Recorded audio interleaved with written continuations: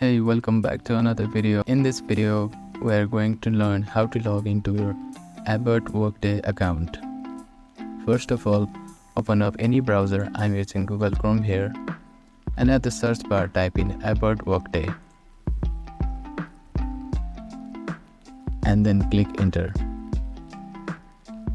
Now, you will see a first link where it says Abbott Careers myworkdayjobs.com. Click on that.